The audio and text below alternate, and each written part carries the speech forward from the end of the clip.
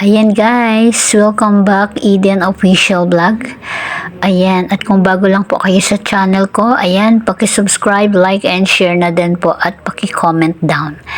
Ayan, at ang content natin ngayon ay ang trending at viral sa social media, the signing of contract ng Kapamilya Forever. Yan, ang nag-iisang superstar at box office queen, Catherine Bernardo, naging emotional.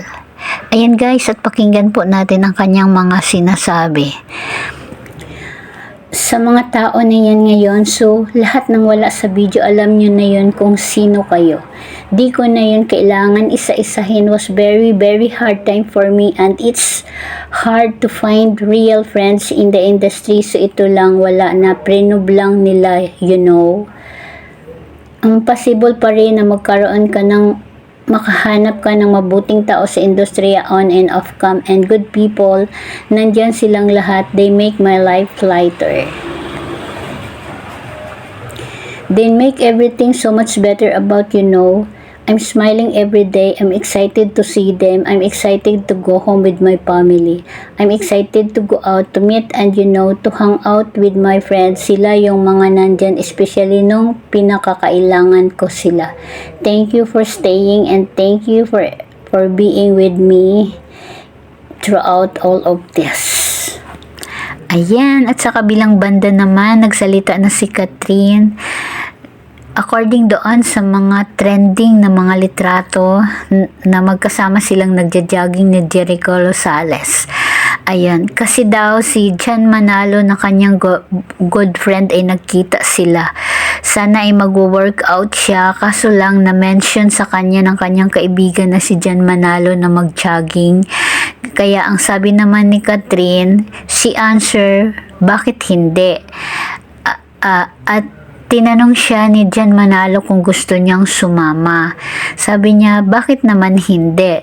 So, nag-jogging sila at sabi ni Catherine, it was late night, mga 11 na yun ng midnight. Ayan, at so, they having fun. At yun, they working out pa din naman. Ayan. At yun lang yun daw, sabi ni Catherine. Ayan guys, sa kabilang banda, ayan, punta tayo sa Daniel Padilla latest ganap. Ayan, ani ng mga fans ay tila may pre-concert ang aktor. Pumalo sa mahigit 580,000 views ang video ng pagkanta ni Daniel Padilla sa Siargao Island. Ayan, at yun nga yung kantang hinahanap-hanap kita ay nagtrending at nag-viral sa social media.